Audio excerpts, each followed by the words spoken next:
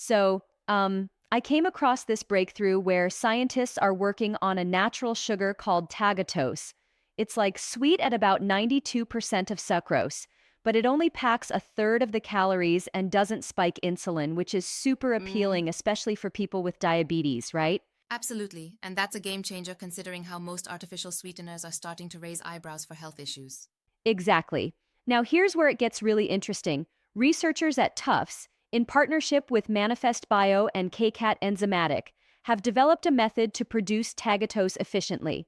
It involves using engineered E. coli, which are like these tiny productive factories armed with an enzyme from a slime mold. They Yeah, that's managed to get a wild. production yield of up to 95%. Wow. That's quite the leap compared to the previous yields, which were only around 40 to 77%, right? Yep, right. They basically discovered a new enzyme, galactose 1-phosphate selective phosphatase, from slime mold and inserted it into the bacteria. It flips the normal pathway on its head, converting glucose into galactose, which then turns into Mm-hmm, tagatose. fascinating. It's like reversing nature's own recipe. Yeah, but I have a bit of a concern. While this method looks promising, aren't there potential risks with using engineered bacteria for producing food additives on a large scale? That's a valid point, and it's something the team will need to optimize further.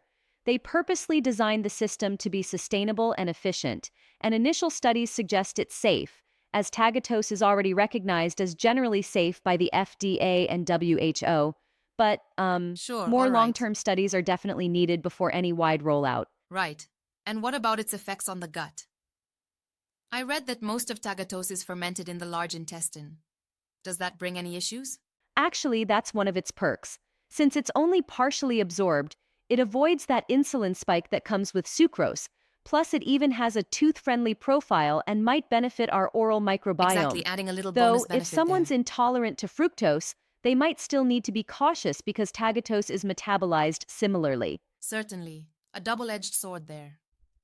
And it's impressive that tagatose can be baked into foods, unlike some other sweeteners that lose their structure when heated. Precisely. That makes it versatile for both drinks and baked goods.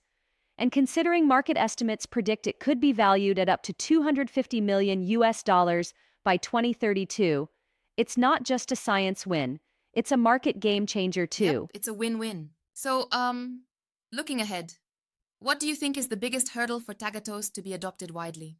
The main challenge remains scaling production, although with this new enzymatic method, the pathway looks promising.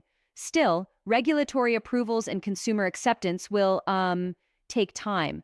But True, honestly, true. if it keeps these health benefits while preserving taste, it might just revolutionize the sweetener market. Absolutely, it's like, nature and biotechnology coming together in a most unexpected yet beneficial way.